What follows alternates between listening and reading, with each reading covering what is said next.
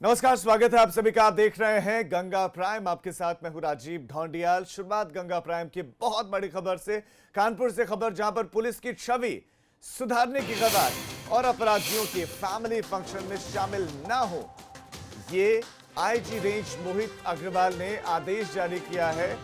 तो आदेश आप एक बार फिर सुन लीजिए। आईजी रेंज मोहित अग्रवाल ने आदेश दिया है कि अपराधियों के फैमिली फंक्शन में शामिल ना हो। पुलिस की छवि को सुधारने की कवायद, आपराधिक छवि वाले S10 सदस्यों को बाहर करें, यह भी निर्देश दिए गए। अपराधियों के साथ फोटो खिंचवाने पर कार्रवाई होगी, यानी कि अब पुलिस वाले या पुलिस की वर्दी पहने हुए किसी अपराधी की पार्टी में या अपराधियों के साथ तस्वीर खिंचवाते हुए नजर आए तो उन पर कार्रवाई होगी। सीधा हमारे साथ जुड़ गए हैं IG range Mohit Agarwal. Sir, जो आपने ये आदेश जारी किया है, पहले तो दर्शकों को हमारे बताएं कि ये जो आदेश आपने जारी किया है, क्यों किया है और क्या है आदेश में, आपने क्या निर्देश दिए हैं पुलिस वालों को? देखिए, पिछले दिनों कुछ इस तरह के वीडियोज और ऐसे फोटोज वायरल हुए हैं जिसमें पुलिस अपराधी के साथ खड़ी नजर आ रही है, उनके पारिवारिक कार्यक्रमों में सम्मिलित हो रही है, जिससे जनता के बीच में एक अविश्वास की भावना जागृत होती है। उनको लगता है कि पुलिस और अपराधी मिले हुए हैं। पुलिस की इससे छवि खराब हो रही है और एक जो ट्रांसपेरेंसी होती है पुलिस विभाग में, एक पुलिस की छवि के लिए पुलिस बराबर है, तो इस तरह का विश्वास जनता से इस तरह की कार्य से उठता है। तो इसीलिए ये एक निर्देश जारी करे गए हैं सभी पुलिसकर्मियों के लिए कि वो अपराधियों के पारिवारिक कार्यक्रमों में सम्मिलित ना हो और ऐसे अपराधियों को थाने पर भी ना बुलाएं, उनके साथ मंच साझा ना करें, फोटोग्राफ ना खिंचवाएं, ताकि जनता में पुलिस के प्रति विश्वास कायम रहे। इस पहल की सर सराहना होनी भी चाहिए और सराहना सभी लोग कर भी रहे हैं, लेकिन मोहित जी, ये S10 सदस्य कौन है? आपराधिक छवि वाले, इनको जरा विस्तार से बताएं। और साथ ही साथ अगर कोई पुलिसकर्मी इस तरह के फैमिली फंक्शन में दिखा तो उन पर किस तरह की कार्रवाई होगी अगर वो पकड़े गए या तस्वीर खिंचवाते हुए दिखाई दिए तो? देखिए, एक जनता को पुलिस से जोड़ने के लिए एक मुहिम चलाई गई थी पिछले 2-3 वर्षों में, जिसमें हर मोहल्ले से, हर बीट से 10-10 जन ने S10 के सबराहन 10 व्यक्ति के नाम से पुलिस से जोड़ा था जी। और उनसे अपेक्षा की जाती है कि वो उस क्षेत्र की हर जानकारी पुलिस को देंगे, पुलिस का सहयोग करेंगे। इसमें कुछ ऐसे व्यक्ति भी चिन्हित हो गए हैं जिनके ऊपर आपराधिक मुकदमे हैं। तो ये निर्देश दिए गए हैं कि जो S10 के सबराहन 10 जिनका हमने नाम दिया है या बीटवार इनको चिन्हित करा गया है, उसमें से यदि कोई आपराधिक व्यक्ति गलती से चिन्हित हो गया है तो उसको तत्काल उसका नाम उसमें से निकाल दे और नए व्यक्ति को, जो कि समाज में एक प्रतिष्ठित व्यक्ति हो, ऐसे व्यक्ति को इसमें चिन्हित करें। जी सर, क्योंकि बहुत बार पुलिस कर्मियों की रिश्तेदारी भी होती है, अगर वो ऑफ ड्यूटी हैं तो क्या उसमें जाने की इजाजत है? नहीं, देखिए, हर चीज को एकदम ब्लैक एंड व्हाइट आप नहीं डिफाइन कर सकते। बहुत सारी चीजें ऐसी होती है, मान लीजिए किसी का अपना सगा भाई है, सगा पिता ही है और उसके ऊपर कोई आपराधिक मुकदमा है, तो ऐसे मामलों में निश्चित रूप से वो पारिवारिक कार्यक्रमों में अपने भाई के कार्यक्रम में, अपने पिता के कार्यक्रम में सम्मिलित यानी कि आप अपील करें कि नैतिक जिम्मेदारी आपकी भी होनी चाहिए, मतलब पुलिस वालों की होनी चाहिए और कोशिश करना चाहिए कि ऐसे लोगों से दूरी बनाए। लेकिन मोहित जी, ये सराहनीय कदम है, इस पहल का स्वागत भी हो रहा है, तारीफ भी हो रही है। क्या आपको लगता है कि पूरे उत्तर प्रदेश में ही ये लागू होना चाहिए? जैसे कि आप खुद जिक्र कर रहे हैं कि पुलिस वालों की छवि को कहीं ना कहीं इसने दागदार करने का काम किया है, इस तरह की तस्वीरें या इस तरह के फंक्शंस में जाना या नाच गाना भी करना अपराधियों के साथ। नहीं, बिल्कुल ये सब चीजें बहुत गलत हैं और ये पूरे प्रदेश में नहीं, पूरे देश में लागू होना चाहिए। और समय समय पर इस तरह की गाइडलाइंस जारी भी होती हैं डीजीपी ऑफिस से, लेकिन हमने इसको अब सख्ती से इसका पालन किया जाए, इसके लिए पुनः यहाँ पर लागू किया गया है और इसका कड़ाई से अनुपालन भी कराया जाएगा। जी, मोहित अग्रवाल जी, आपका एबीपी गंगा के साथ जुड़ने के लिए बहुत बहुत शुक्रिया। Mohit Agarwal, IG range Kanpur, ABP Ganga के साथ जुड़े और एबीपी गंगा पर उन्होंने जानकारी दी है। ये S10 सदस्य कौन है, इसके बारे में बताया कि ये किस तरह की छवि वाले लोग हैं और पुलिस वालों को इनसे दूरी क्यों बनानी। दरअसल पुलिस अपराधियों के साथ कई मौकों पर खड़ी दिखी और कानपुर में एक के बाद एक इस तरह की घटनाएं आए। उसके बाद ये निर्णय लिया गया कि कोई भी पुलिसकर्मी आपराधिक छवि वाले लोगों के न तो पार्टीज में दिखेगा, ना तो तस्वीरें उनके साथ खिंचवाएगा। अगर किसी ने इस तरह से कृत्य किया, इस तरह का काम किया, तो उन पर कार्रवाई होगी।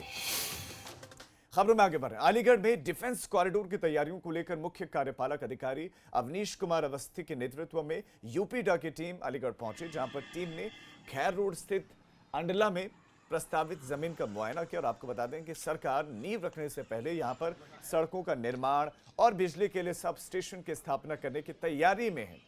इस दौर के बाद ही पूरा का पूरा ड्राफ्ट तैयार होगा। मुख्य कार्यपालक अधिकारी ने जिला स्तरीय ऑफिसर्स के साथ में बैठक भी की। केंद्र सरकार अलीगढ़ समेत यूपी के 6 जिलों में डिफेंस कॉरिडोर विकसित कर रही है।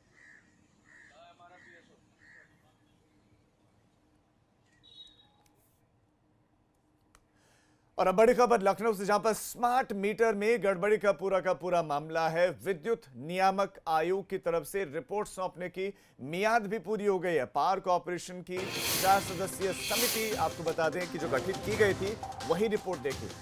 उनको जो वक्त दिया गया था, वो डेडलाइन आज खत्म हो रही है। तो ऐसे में आज वो रिपोर्ट सौंपी जाएगी या नहीं, अभी पहले क्लियर नहीं है कि क्या समिति ने रिपोर्ट तैयार कर ली या नहीं। मामले में एसटीएफ भी आज आपको बता दें कि पूछताछ कर सकती है। आपको ये जानकारी दे दें, शैलेश अरोड़ा हमारे संवाददाता इस खबर पर और ज्यादा जानकारियों के साथ जुड़ गए हैं। शैलेश, मियाद पूरी हो रही है, क्या सदस्यीय जो 4 सदस्यीय समिति बनाई गई थी, क्या वो तैयार है? क्या अपनी रिपोर्ट उन्होंने सौंप दी है या फिर आज सौंपेंगे? और अपनी रिपोर्ट में क्या पता चल पाया कि 4 सदस्यीय समिति को क्या क्या मिला? क्योंकि हमने देखा कि प्रदेश के अलग अलग हिस्सों में ये स्मार्ट मीटर की वजह से लोगों को बहुत परेशानी हुई, और स्मार्ट तो नहीं बनी, इनकी जिंदगी अंधेरे में जरूर बीती थी।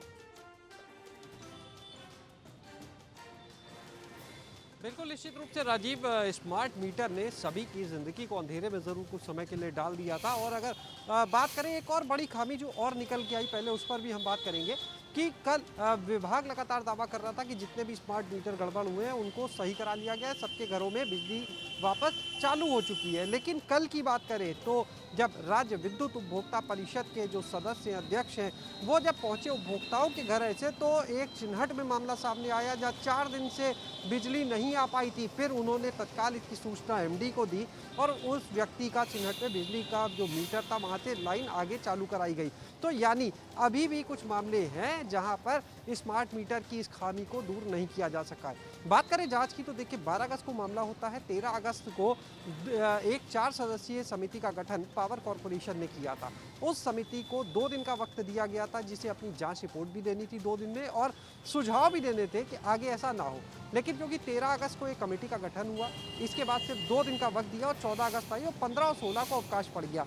मियाद पूरी हो चुकी है, लेकिन देखना होगा क्या उन्हें 1 दिन का और वक्त मिलता है आज या नहीं। दूसरी चीज़, एक रिपोर्ट जो है वो राज्य विद्युत नियामक आयोग जो है उसकी तरफ से भी मांगी गई है। जितने भी डिस्कॉम है यानी जितनी भी बिजली वितरण की कंपनियां हैं उनसे भी जवाब तलब किया गया है कि जब पहले ही उन लोगों को 2018 में पूछा गया था आपके पास अगर स्मार्ट मीटर फेलियर होता है तो क्या बैकअप प्लान है, तो क्या है चीज़ें। तो यानी जो भी उस समय दावे किए गए वो हवाई साबित हुए हैं इस बार। तो इसको लेकर विद्युत नियामक आयोग ने भी अब सभी डिस्कॉम से जवाब मांगा। उसकी जो मियाद थी वो 17 अगस्त की तारीख थी जो आज है। तो ऐसे में ये देखना होगा कि बीच में 2 दिन अवकाश पड़े हैं, क्या उनको कोई और राहत मिलती है नहीं 1-2 दिन। शैलेश, आप हमारे साथ बने रहिए। तो स्मार्ट मीटर की स्मार्टनेस सवालों में है, समिति बनाई गई है, समिति को अभी 1 दिन का वक्त मिलता है और या नहीं ये देखने वाली बात होगी। लेकिन सभी की निगाहें इस खबर पर रहेंगी। इस खबर से जुड़ी जो जो अपडेट्स होंगी वो सबसे पहले एबीपी गंगा आप तक पहुंचाएगा। अब हम रुक करेंगे वाराणसी का, जहां पर गंगा का जलस्तर लगातार बढ़ रहा है। गंगा की सीढ़ियां जो घाट बने हुए हैं वहां पर सीढ़ियों के ऊपर गंगा का पानी अब पहुंच चुका है, जिससे किनारे पर दहशत व्याप्त है। जो गंगा सीढ़ियां हैं वो सब जलमग्न दिख रही हैं। आपको ये बता दें कि गंगा के साथ सहायक नदी वरुणा का जलस्तर भी बढ़ा है, लिहाजा अब किनारे के लोग पलायन की तैयारियों में हैं। और इस खबर पर और ज्यादा जानकारियों के साथ हमारे साथ नीतीश पांडे हमारे संवाददाता वाराणसी से जुड़े। नीतीश, मैं चाहता हूं कि आप चूंकि घाट किनारे इस वक्त खड़े हैं, तस्वीरें हमें दिख रही हैं, आप दर्शकों को दिखाएं कि घाट किनारे का क्या स्थिति है, गंगा कितने उफान पर बह रही है, खतरे के निशान के कहां पर इस वक्त है और पलायन करने को कितनी बड़ी आबादी मजबूर है, और प्रशासन की तैयारियों के साथ साथ बताएं। राजीव, किनारे पर दहशत है। एक तरफ गंगा उफान पर है, गंगा की सहायक नदी वरुणा उफान पर है और किनारे पर स्थिति बेहद चिंताजनक है। आपको दिखाना चाहेंगे, दशाश्वमेध घाट का ये स्थान है जहां पर आरती होती थी। ये देखिए जल में विलीन हो चुका है। और इसके साथ ही जो मंच है, जिस मंच पर बैठकर गंगा आरती देखते थे लोग, वो कहीं पता ही नहीं चल रहा है। वो मंच गंगा में पूरी तरह से डूब चुका है। किनारे के मंदिर अगर आपको दिखाएं तो मंदिर भी जलमग्न हो गए हैं। अगर किनारे के मंदिरों की बात करें तो पूरी तरह से जो घाटों का आपसी संपर्क मार्ग है पूरी तरह से बाधित है। और जो घाट किनारे पुरोहित जो अपनी चौकियां लगाते थे, उन्होंने अब अपनी चौकियां ऊपर की ओर कर ली है। लिहाजा सकरी जगह में अब जैसे तैसे अपनी चौकियों को लगाना पड़ रहा है। तो परेशानियां चरम पर हैं। इसके साथ ही आपको बता दूं कि गंगा की सहायक नदी वरुणा भी उफान पर है। उफान पर होने के कारण जो वरुणा के किनारे के लोग हैं वो भी दहशत में हैं। आमतौर पर हर साल वरुणा उफान अपना लेती है और लोगों को वहां से पलायन करने पर मजबूर करती है, लेकिन इस बार भी पलायन होगा। और ये स्थिति जो ये जिस तरह से जल बढ़ाव की है वो इशारा कर रही है कि आगे आने वाले समय में परेशानियां और भी बढ़ने वाली है। हमारे साथ कुछ युवा मौजूद हैं जो घाट किनारे यहाँ पर आए हुए हैं इस बाढ़ को देखने के लिए, लेकिन परेशानियां किस तरह की है ये इन युवाओं से जान लेते हैं। आप बताइए गौरव, किस तरह की परेशानियां? देखिए, सबसे पहले हम लोग सुबह आते थे यहाँ पे वॉक करने। अब कैसा पानी बढ़ गया है तो एक घाट से दूसरे घाट जाना जो है मुश्किल हुआ पड़ा है। बड़ी दिक्कत हो रही है। और बड़ी बात ये थी कि पहले तो लॉकडाउन और उसके बाद से अब पानी बढ़ना, तो इस साल वो घाट का आनंद ही नहीं रहा जो कि होना चाहिए था। राजीव, अभी खतरे के निशान से दूर है, अभी ये हाल है। जबकि खतरे के निशान से दूर है गंगा का जलस्तर, तो अभी ये हाल खराब है। जब गंगा खतरे के निशान के पास आएंगी या खतरे के निशान के ऊपर जाएंगी तो स्थिति और भी भयावह हो सकती है। इसे कहना गलत नहीं होगा। आप देखिए, ये घाट के ऊपर का दृश्य है जहां पर पुरोहितों ने ऊपर की तरफ अपनी जो चौकियां हैं वो लगा रखी हैं। कितनी परेशानी है ये इनसे भी जान लेते हैं। आपसे जानेंगे कि परेशानी किस तरह की है, किस तरह की परेशानी है। बता सकते हो। और भी कुछ पुरोहित हैं, उनसे बात करके जानते हैं कि परेशानियां किस तरह की हैं। हालांकि जो स्थिति है वो अभी आगे और भी चलने वाली है। तो जी एक चीज़ बताएं, जैसे जैसे गंगा का जलस्तर बढ़ा है आप लोगों को कितनी परेशानी हो रही है? बहुत परेशानी हो रही है। तो पत्थर तख्ता ऊपर करना है, कोई पब्लिक आ नहीं रहा है, बैठे ही रह जाते दिन भर। कभी मिला कभी नहीं मिला। कोरोना काल के दौरान क्या स्थिति थी और अभी गंगा का जलस्तर भी बढ़ा हुआ? इस समय तो बहुत बुरा है। पहले तो कोरोना के पहले तो बहुत अच्छा रहा, लेकिन जब से कोरोना लॉकडाउन भी आया तब से हम लोग का बहुत दिक्कत हो गया। राजीव, हम आपको दिखाना चाहेंगे कि ये जिस तरह से सकरा स्थान हो गया है वहाँ पे लोगों को भी आवाजाही में दिक्कत हो रही है। बिल्कुल इनके जो बिल्कुल, और जजमान वो है परेशानी वो वो भी कमा बयां रहे भी हैं। कर रहे हैं और क्योंकि इसके साथ ही अमूमन जो उनकी किनारे छवि पर को जो खराब ढाबे किया जाता है पंडित पुरोहितों की कि वो लूटने का काम करते हैं सरीखे, लेकिन लॉकडाउन और उसके बाद अभी घाटों तक लोग पहुंच नहीं रहे, काम हो नहीं रहा है, तो ऐसे में उनका घर परिवार चलाना बड़ा मुश्किल हो गया। नीतीश, आपका इस तमाम जानकारी के लिए धन्यवाद। तो तस्वीरें हमने आपको गंगा के घाटों की दिखा दी है कि क्या वहां परिस्थितियां हैं। कनेक्टिविटी पूरी तरह से खत्म हो गई। पहले एक घाट से दूसरे घाट पर घाट से व्यक्ति जा सकता था, लेकिन अब ऐसा नहीं है। जलमग्न है घाट, मंदिर जलमग्न, सब जलमग्न दिखाई दे रहा है। आगे बढ़ रहे हैं, कोरोना की बात कर लेते हैं। यूपी में कोरोना का संक्रमण लगातार बढ़ रहा है और अब ये खतरा डरा रहा है लोगों को।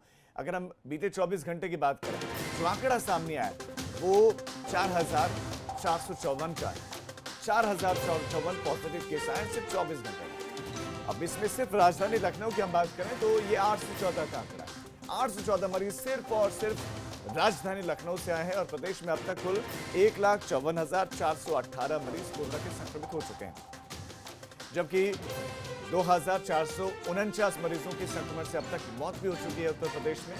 फिलहाल एक्टिव केसेस की बात करें तो वो राजधानी लखनऊ में सबसे ज्यादा है। यहाँ पर कुल जो संक्रमितों की संख्या अब तक हुई है वो 17,472 हो चुकी है। ये स्थिति है लखनऊ की। और शैलेश हमारे संवाददाता इस खबर पर और ज्यादा जानकारियों के साथ जुड़े। शैलेश, जब शुरुआत में कोरोना के पॉजिटिव केसेस आ रहे थे, चाहे वो गौतम बुद्ध नगर जिले से आए, वो गाजियाबाद से आए और सबसे ज्यादा आगरा से आए थे, तो उस वक्त हमने देखा कि प्लानिंग में बदलाव हो रहे थे, अधिकारियों को भेजा जा रहा था, नीतियों में बदलाव हो रहा था। लेकिन लखनऊ वो जगह बन गई है जहां पर एक्टिव केसेस सबसे ज्यादा है और एक्टिव केसेस होने के साथ साथ केसेस निरंतरता लगातार उतनी ही बड़ी संख्या में रोजाना आ रहे हैं। तो ऐसे में क्या कोई बदलाव पॉलिसीज में, नियमों में कुछ किया जा रहा है या फिर नहीं, कुछ भी बदलाव हुआ है या नहीं कंट्रोल करने के लिए? बिल्कुल निश्चित रूप से राजीव, जब कोरोना का संकट शुरू हुआ था तो उस समय हम लोग लगातार देख रहे थे आगरा, गौतम बुद्ध नगर, उसके बाद गाजियाबाद, उसके बाद मेरठ, जो उधर के जिले थे वो बुरी तरह से प्रभावित थे। इसे लेकर सरकार ने रणनीति बनाई, वहाँ पर अधिकारियों को भेजा, स्पेशल टीम्स गई, वहाँ पर हालात कंट्रोल हो गए। लेकिन लखनऊ की अगर बात करें तो यहाँ पर लगातार जो केस है बड़ी संख्या में निकलते जा रहे हैं। अगर बात ये की जाती है कि टेस्टिंग बढ़ रही है इसलिए केस बढ़ रहे हैं, तो टेस्टिंग जाहिर सी बात है नोएडा में भी बढ़ रही है, टेस्टिंग गाजियाबाद में भी बढ़ रही है, फिर लखनऊ में ही क्यों सबसे ज़्यादा केस, ये सोचने वाली बात है यहाँ पर। अगर बात करें यहाँ पर बदलाव को लेकर या रणनीति को लेकर, तो अभी हाल ही में अब मुख्यमंत्री जो हैं वो लगातार लखनऊ को लेकर अलग से बाकायदा बैठकें कर रहे हैं। मुख्यमंत्री ने लखनऊ को लेकर बैठक की, निर्देश दिए कि यहाँ पर बेड्स की संख्या बढ़ाई जाए, खासतौर से L2 और L3 के जो बेड्स हैं। इसके अलावा KGMU का एक नया जो ब्लॉक बनना है 300 से अधिक बेड का कोविड को लेकर, उसको जल्द से जल्द पूरा करने के लिए कहा गया। ICU के बेड्स बढ़ाने के लिए कहा गया है। 2 नोडल अधिकारी यहाँ पर और किए गए हैं, जो यहाँ पर 2 अधिकारी जो है वो DM के साथ मिलकर और बेहतर से काम यहाँ पर ताकि हो सके। तो ये सारी चीज़ें कराई जा रही हैं, लेकिन सवाल बार बार यही उठता है कि जब बाकी जगह पर आगरा हो, नोएडा हो, वहाँ पर हालात इतने बेकाबू नहीं हुए, तो आखिर लखनऊ में ऐसा क्या है जो राजधानी यही शैलेश एक बड़ा पॉइंट भी है। शैलेश, आप हमारे साथ बने रहे। लखनऊ से एक बहुत बड़ी खबर है, उस बड़ी खबर पर मैं आपके पास आऊंगा। ये एक बड़ी खबर है निजी अस्पताल की लापरवाही की।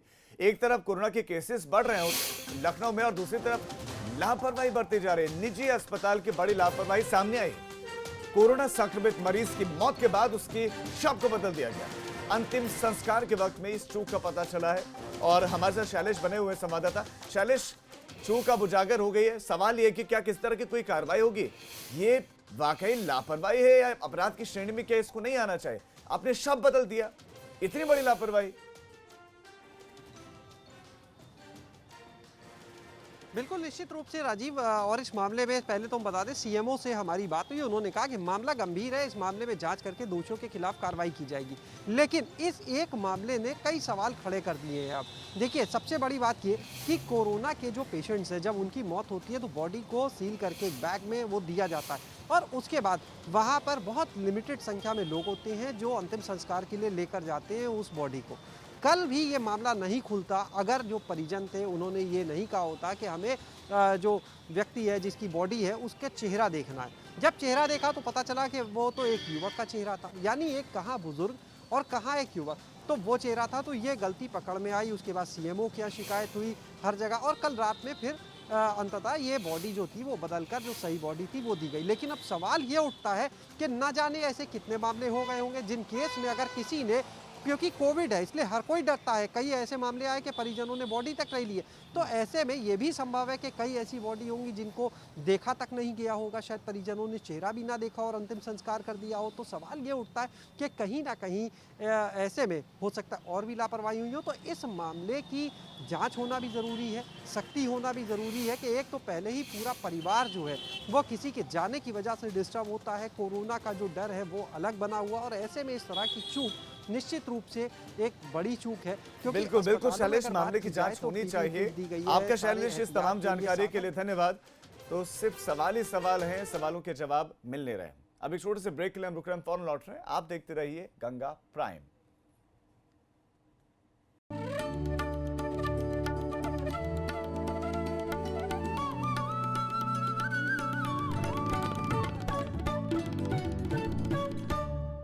ब्रेक के बाद आप सभी का स्वागत है और ब्रेक के बाद अब आपको एक ऐसी तस्वीर दिखाते हैं जिसे देखकर आपके भी रोंगटे खड़े हो जाएंगे।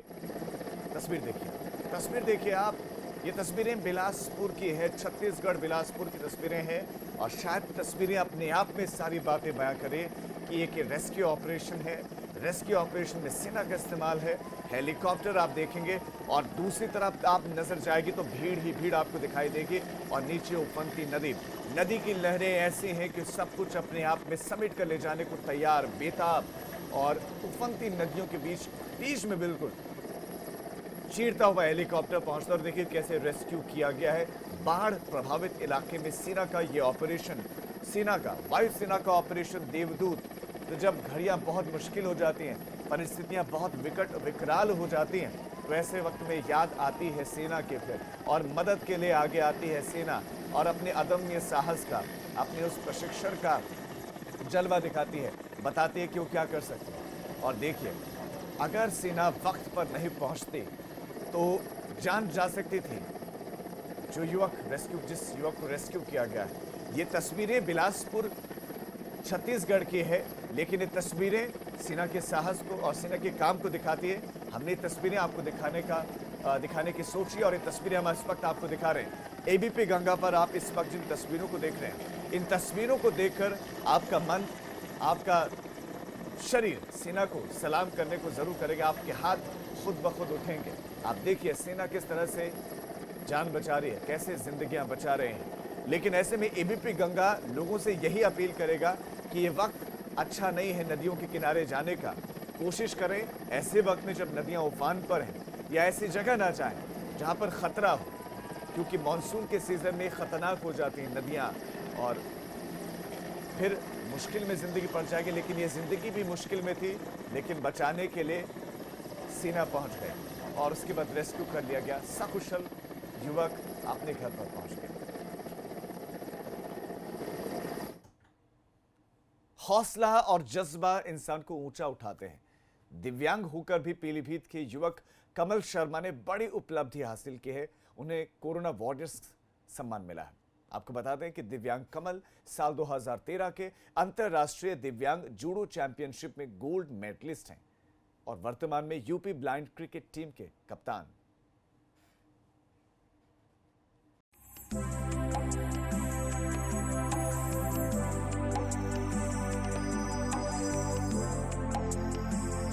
जन्मजात दिव्यांग, देख पाने से लाचार, लेकिन अपने गांव, परिवार और देश का नाम रोशन करने वाले इस युवक की उपलब्धियों पर अगर आप नजर डालेंगे तो आपका भी सिर गर्व से ऊंचा हो जाएगा।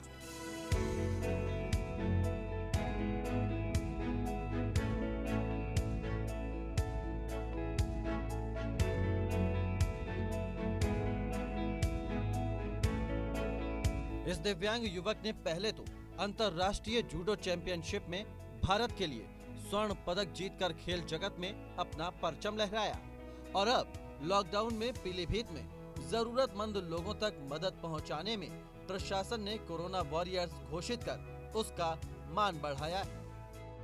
आज कमल शर्मा विदेश में खेल के आया, मुझे गर्व है ऐसे अपने शिष्य पर। ऐसे हम जयकरण लाल पे तमाम ऐसे हमारे शिष्य हैं जिन पे मुझे बहुत गर्व है। उनके माता पिता आज उस बच्चे की तरफ से पूरा सुकून में है। यही हमारे लिए जीवन का आधार है। सामान्य परिवार में जन्मे कमल शर्मा पीलीभीत जिला पुनर्वास केंद्र के संस्थापक सुखवीर भदौरिया के संपर्क में आने के बाद पढ़ाई लिखाई में भी आगे बढ़ते गए। अच्छे नंबरों से 10वीं और 12वीं पास हुए। फिलहाल यूपी ब्लाइंड क्रिकेट टीम के कप्तान हैं। मैं बाय बर्थ ब्लाइंड हूँ और जब मैं छोटा था तो मेरे घर वालों को ये चिंता थी कि कैसे पढ़ेंगे। तो मेरे घर पे 2 लोग आए, आदरणीय Sukhvir Singh Bhadauria sir, rehabilitation officer हैं पीलीभीत के, और आदरणीय धर्मेंद्र सिंह राठौर सर। ये 2 लोग आए। इन दोनों लोगों ने पूछा कि आपका बेटा ब्लाइंड है, तो ये लोग मुझे अपने सेंटर पे लेके गए, रिहेबिलिटेशन सेंटर। वहाँ से उन्होंने मुझे गवर्नमेंट ब्लाइंड स्कूल लखनऊ भेजा और वहाँ मैंने 12th तक की एजुकेशन की। फिर ग्रेजुएशन किया Shakuntala Mishra national rehabilitation university से। उसके बाद वहीं स्कूल में ही मुझे स्पोर्ट्स का भी एटमॉस्फेयर बहुत अच्छा मिला। कमल शर्मा ने राज्य स्तर से लेकर अंतर्राष्ट्रीय स्तर तक खेलकर देश का गौरव बढ़ाया है। कमल शर्मा चाहते हैं जैसे उनकी मदद की गई उसी तरह से और जरूरतमंदों की मदद की जाए, ताकि सुविधा के अभाव में कोई प्रतिभाशाली और मेहनती मौकों से वंचित न रह सके। एबीपी गंगा के लिए विक्रांत की रिपोर्ट, पीलीभीत। तो इस बुलेटिन में फिलहाल इतना ही, लेकिन एक छोटे से ब्रेक के उस पार देखिए पहाड़ प्रभात मेरे सहयोगी कौशल सेठ के साथ।